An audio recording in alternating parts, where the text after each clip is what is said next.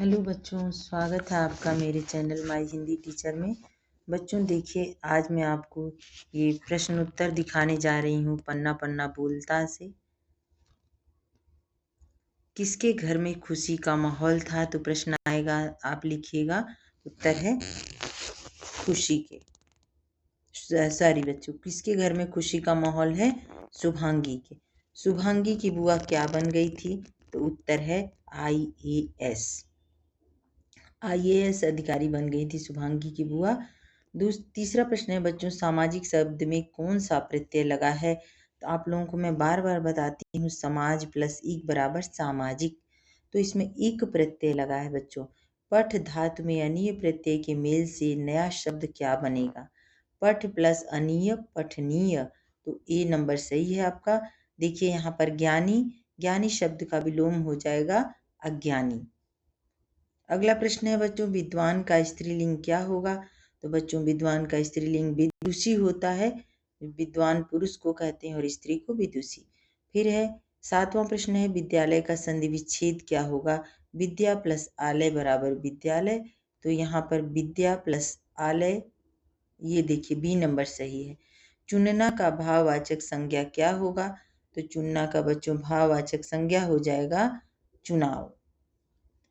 नौवां प्रश्न है, समाचार पत्र में संपादकीय किसके द्वारा लिखा जाता है? तो समाचार पत्र में संपादकीय संपादक के द्वारा लिखा जाता है। इसका सही उत्तर है सी। 10 प्रश्न है, समाचार पत्र से हमें किन क्षेत्रों के बारे में जानकारी मिलती है? तो बच्चों समाचार पत्र से हमें विविध क्षेत्रों में जानकारी मिलती है। तो इसका सही उत्तर हो गया विविध। संबंधित किन शब्दों के मेल से बना है? संबंध प्लस इत, बी नंबर उसका उत्तर सही है। प्रश्न नंबर 12, राजनीति शब्द में एक प्रत्यय के मेल से नया शब्द क्या बनेगा? तो राजनीतिक, राजनैतिक बच्चों हो जाएगा। देखिए यहाँ पे 4 ऑप्शन दिया है, ये देखिए राजनीति प्लस इक बराबर राजनैतिक, ये उत्तर सही है।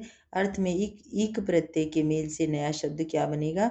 अर्थ में इक प्रत्यय के मेल से आर्थिक बनेगा, जो ए नंबर है वही सही है।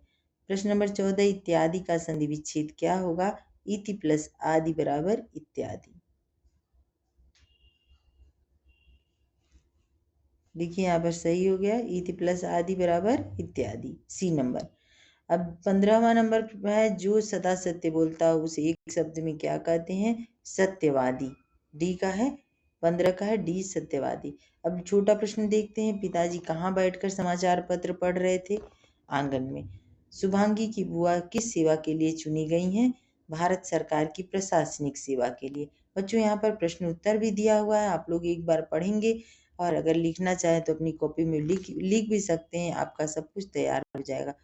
परीक्षा का परिणाम कहाँ छपा है? समाचार पत्र में। समाचार पत्र के माध्यम से हमें क्या मिलती है? जानकारी और सूचनाएं। शुभांगी के मुंह से क्या निकल पड़ा? समाचार पत्र भी बड़े कमाल की चीज है, यह शुभांगी के मुंह से निकल पड़ा।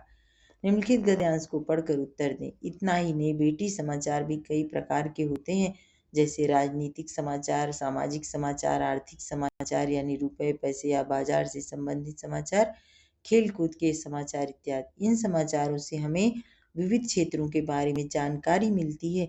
एक विषय से संबंधित समाचार प्राय एक ही जगह छापे जाते हैं। इससे हमें अपनी रुचि के अनुसार समाचार पढ़ने में सुविधा होती है। जैसे यदि तुम्हें क्रिकेट मैच का परिणाम जानना है तो खेल समाचार वाले पन्ने में जाकर देखो। अगला है, आर्थिक समाचार का क्या मतलब होता है? आर्थिक यानी रुपए पैसे या बाजार से संबंधित समाचार को आर्थिक समाचार कहते हैं। ख नंबर, एक विषय से संबंधित समाचार प्राय कितनी जगह छापे जाते हैं? प्राय एक ही जगह छापे जाते हैं। ग नंबर, क्रिकेट मैच का परिणाम किस पन्ने में देखा जा सकता है? उत्तर है खेल समाचार वाली पन्ने में। घ नंबर है, रुचि का विलोम लिखें, अरुचि।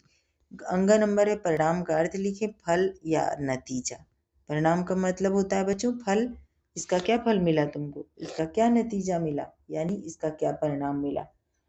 तो अब लघु उत्तरी देखते हैं। शुभांगी के घर में खुशी का माहौल क्यों है? क्योंकि अब देखिए इतना बड़ा प्रश्न का उत्तर अगर आप पढ़ लेंगे तो आपको एक दो प्रश्न इसमें से, क्यों घर में खुशी का माहौल है, ये शुभांगी की बुआ क्या बन गई थी, ये सारा कुछ आपको मिल जाएगा इसमें। शुभांगी के घर में खुशी का माहौल है क्योंकि समाचार पत्र में IAS परीक्षा का परिणाम आया है जिसमें उसकी बुआ पास कर IAS बन गई हैं। समाचार पत्र में किन किन विषयों की जानकारी मिलती है? समाचार पत्र में देश दुनिया की घटनाओं, राजनीतिक, सामाजिक, आर्थिक, खेलकूद आदि के समाचार मिलते हैं। संपादकीय किसे कहते हैं? संपादक समसामयिक विषयों पर आज समाचार पत्र में अपने विचार भी लिखता है जिसे संपादकीय कहते हैं। यदि कोई लेख या पत्र उत्कृष्ट होता है तो उसे कहाँ छापा जाता है? देखिए, पत्र या लेख उत्कृष्ट होने पर उस पत्र को संपादकीय पृष्ठ पर ही छापा जाता है। समसामयिक और विविध शब्द का अर्थ लिखें। समसामयिक समान समय में होने वाली विविध यानी अनेक प्रकार के। विद्यालय में बाल संसद के कार्यों की देखरेख कौन करता है? सभी कार्यों की देखरेख करने का काम बाल संसद के प्रधानमंत्री का है। अगला प्रश्न है, समाचार पत्र में बच्चों के लिए कौन कौन सी चीजें होती हैं? तो समाचार पत्र में बच्चों के लिए कहानियां, कविताएं, कार्टून, पहेलियां, बच्चों द्वारा बनाए गए चित्र, वर्ग, पहेलियां इत्यादि बच्चों के लिए होते हैं। विज्ञापन क्यों दिए जाते हैं? तो विज्ञापन चीजों एवं सेवाओं की जानकारी दी जाती है, फिर भी लोग अपनी जरूरत के अनुसार इसका उपयोग करते हैं। आइए थोड़ा सा और देख लेते हैं बच्चों। शुभांगी सरपट क्यों भागी? शुभांगी की माँ गरम गरम जलेबियां बनाकर लाई। शुभांगी जलेबियां का नाम सुनते ही शुभांगी सरपट भागी। अब देखिए, अगर पूछा जाएगा कि शुभांगी की माँ क्या बनाकर लाई तो आपको जलेबियां उत्तर मिल गया। अगला प्रश्न है, विज्ञापन से हमें किस प्रकार का फायदा होता है? संकेत बिंदु है, वस्तु अथवा सेवा की जानकारी मिलती है, जरूरत की वस्तु या सेवा प्राप्त होता है, वस्तु होने वाले फायदे होते हैं, वस्तु होने वाले नुकसान होते हैं। अगला है, किसी समाचार पत्र का संपादक क्या करता है? सबसे महत्वपूर्ण व्यक्ति होता है वह संपादक। सभी विभागों के कार्यों की देखरेख करता है, सभी जानकारियों के लिए जिम्मेदार होता है और सामयिक विषयों पर लेख लिखता है, विचारधारा का प्रतिनिधित्व करता है। समाचार पत्र भी बड़ी कमाल की चीज है। कैसे? बहुत सारी जानकारी देता है, विशेष लेख देता है, संपादकीय देता है, विज्ञापन का पता चलता है, बच्चों द्वारा बनाए गए चित्र, पहेलियां, मनोरंजन ही नहीं बल्कि ज्ञान भी देता है। पन्ना पन्ना बोलता है, पाठ के आधार पर समाचार पत्र के महत्व का वर्णन करें। समाचार पत्र के महत्व को बताया गया है। वर्तमान समय में इसका महत्व है। सूचनाओं के आदान प्रदान के अनेक माध्यम मौजूद है। पिता पुत्री के संवाद द्वारा यह पाठ अत्यंत शोभनीय बन गया है और समाचार पत्र में प्रकाशित होने वाले विविध अंगों की जानकारी भी देता है। बच्चों, ये चैप्टर समाप्त हो गया है। इसमें जितने भी प्रश्न उत्तर थे ये सब आप लोगों को मैंने बता दिया। इसको आप लोग पढ़ लीजिएगा।